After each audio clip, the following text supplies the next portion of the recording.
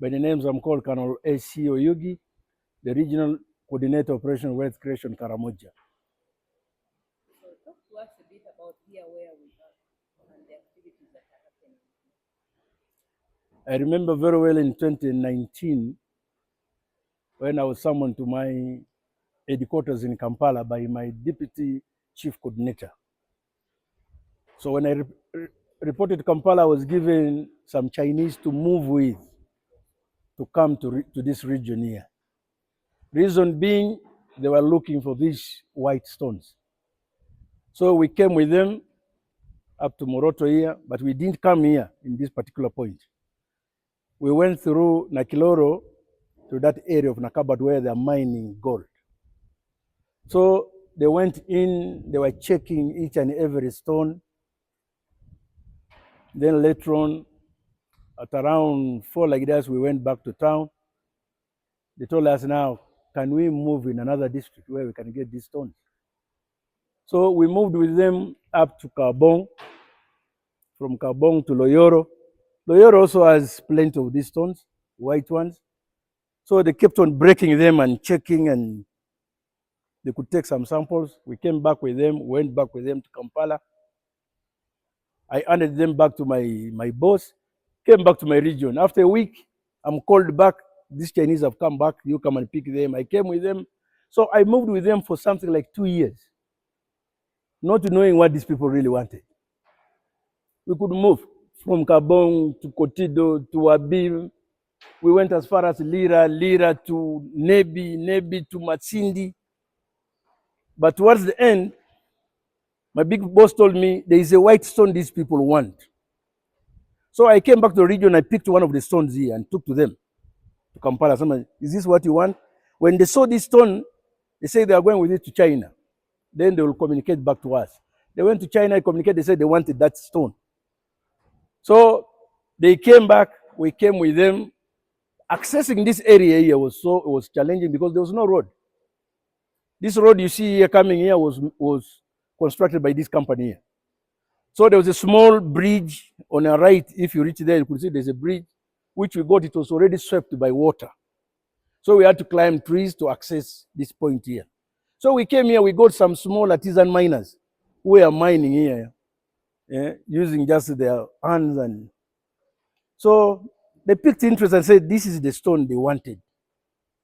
Now, how do we start mining this stone? I told them that was now back to my big bosses. So the big bosses told me, now it is you to take them back to the community. Let them go and negotiate with the community. So I came back here. Good enough, this land in Rupa is already formed by an association called Rukodet.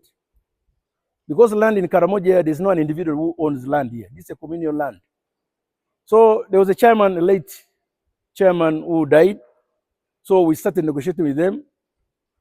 And we reached an extent of where we had to ferry them up to Namukekera. So reaching Namukekera, we had a bit of discussion with them. Then we came back with them to Moroto. Now, the problem was now on the price of this land here. Now, my community thought this land here, they wanted to sell, that we wanted to buy the land. That's where confusion now came in. They didn't know that land, we only wanted to lease this land to these investors here. So during our negotiations, it became a bit somehow tougher because the whole committee of 28 were ferried to Kampala. So we failed to negotiate with them. We came back home. Now, reaching home, these Chinese were now pressurizing me. How do we talk with these people? So I had to cook out a way out and got some few members from the committee. We went and met with them. And I told them, this land here, we don't want to buy it. These people want just let this land be leased. So the amount of money people are saying is much money for them. And this investor is willing to pay you 1.8 billion shillings for this land. My name is Kansime Obed. I am a translator and I'm a manager, local workers. Yes. The name of the factory, this is Sunbelt Mining Group Limited. So how did you come to work here? I came to work here. Initially, I used to work in Ginger. That is also Sunbelt Textiles. So when we opened up here, that's when they said like well versed with this area. Then they brought me here. Yes. So you talk to us about the factory. What is the capacity here? What are you making? What are the products you're making? And what is the capacity? Okay.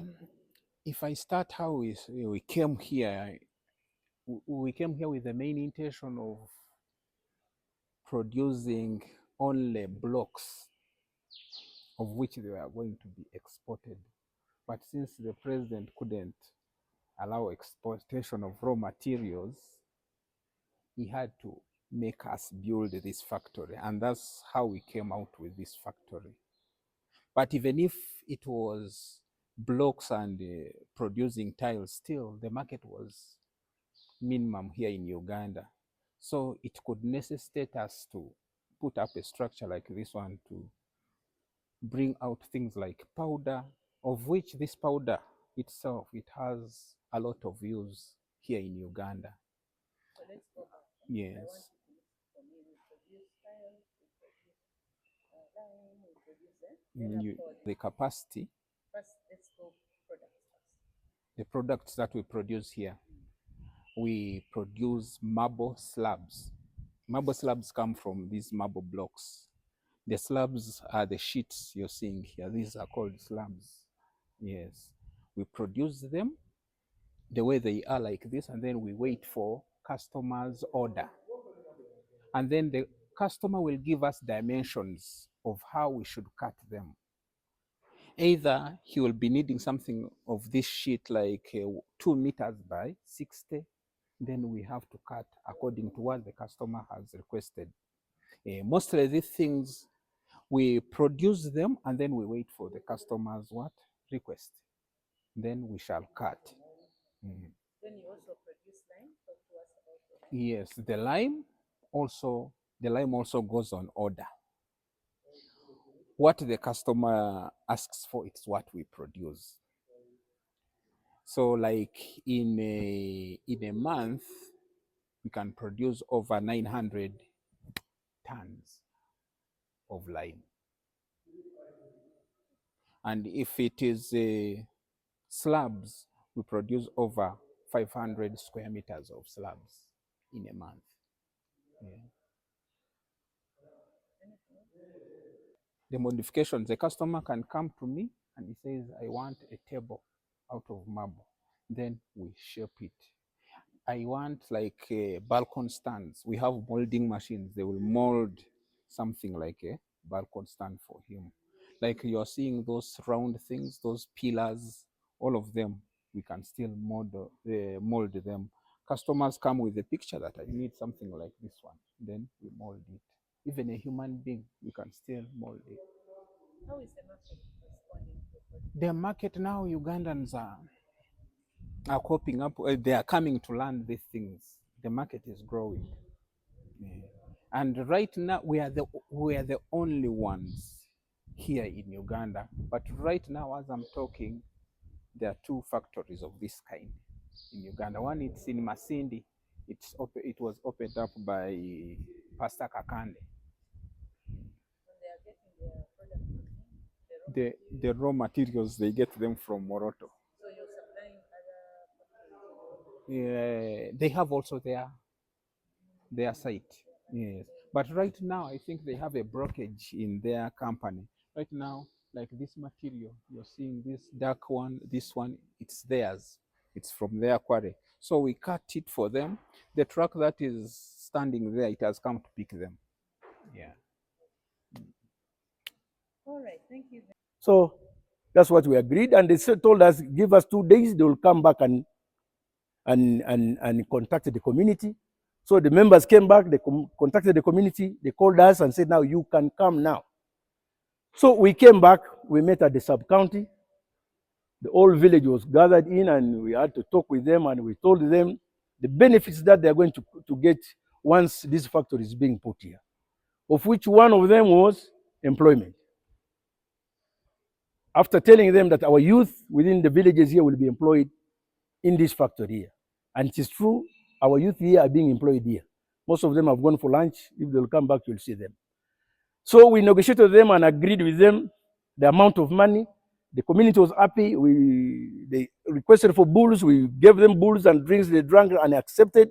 The last point was now one for the lawyers now to append to come in now. Now the investor brought a lawyer, the community have their lawyer. So they came in. Now points that were agreed in our MOU was one, construction of this road, the 15-kilometer road up to here. Two, construction of dams. We have two dams we constructed for them. There's one up there. The second one is just near the factory up across. Then there's a solar-powered water dam, which is behind us. We are coming here. That's where now water is being pumped for humans and their animals. If we shall have time, we shall pass there. You'll also see that one. Two, we agreed to take 5 students in the university.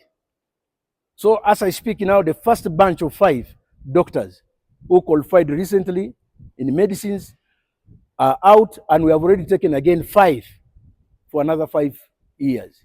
That was what was appended in the MOU. So this land here totals to 3.3 square kilometers of land in this area here. So this factor came in after negotiations. We came in and we took this community up to Ginger, because these people also have a fabric factory in Ginger where they're making tiles, bed covers, and what and so forth.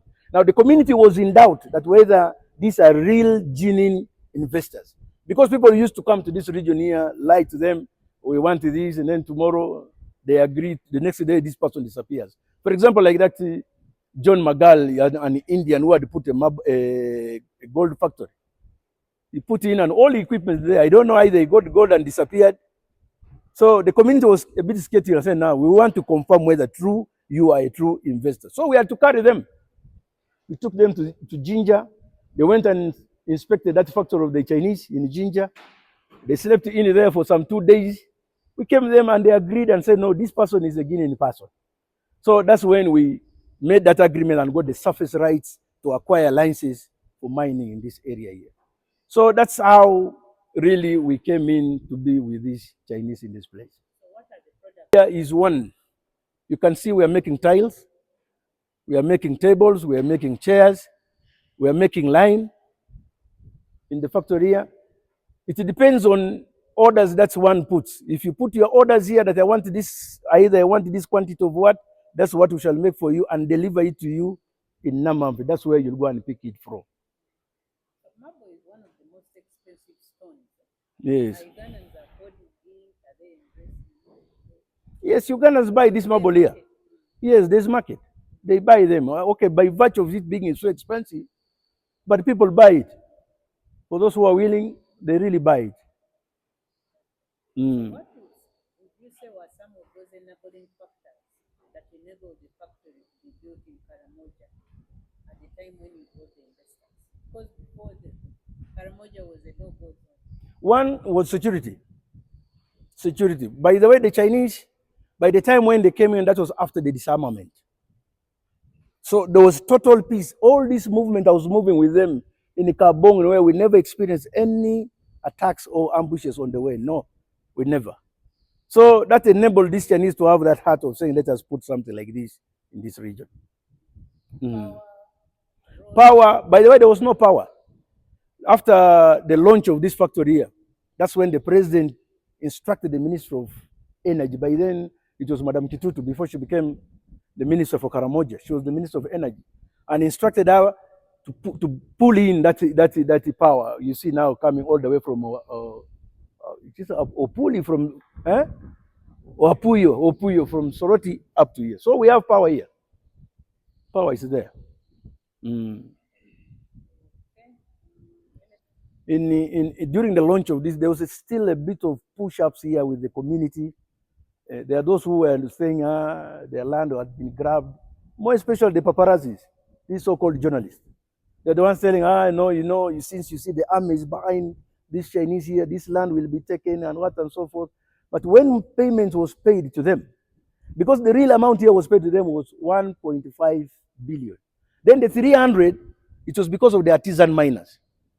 They came to me and told me, you have already paid these people, but for us, we shall not live here because we used our money in opening these pits here. So I had to go back to the Chinese and told them, please, can we get some money and pay these artisan miners and they live here? That's how the 300 came in. And that money was paid here before the RDC, the LC5, and all the community. It was paid near, there's a very big tree there. After that, we used our own tipper to shift their stones that they already opened, they had broken, and shifted them to another. And they are within, by the way, they are within these licenses. The artisan miners, we shifted them, they are within the 3.3 square kilometers. They are mining within the licenses. What are these artisan miners? These are local artisan miners who use the break distance using their local ants. Yes. For example, there are lorries which come all the way from Jinja, taking these offcuts, these broken stones. So this is what these artisan miners break and sell to those license dealers. The first, that was the first COVID. 26 of the first COVID, I remember. So since 2020, when the factory was launched, have you seen any impact in terms of industrialization for the region? Yes, because our coming in now has brought a lot of now investors coming in. Sandbad, that's the one you see as you are coming along Soroti Road, was after Sandbad putting foot in this region. Tororo, the clinker was something of Tororo, which is in Katikekele. It is all because of Sunbelt. When Sunbelt came in and put something like this, that's when all those others picked interest and came into this region here. We are a link. OWC is a link to, because as I was negotiating with the community, I always told them I'm just a link between you and this investor. There's no you overcharging the investor and there's no investor overdoing. So up to now, I'm still the link between the community and this investor here.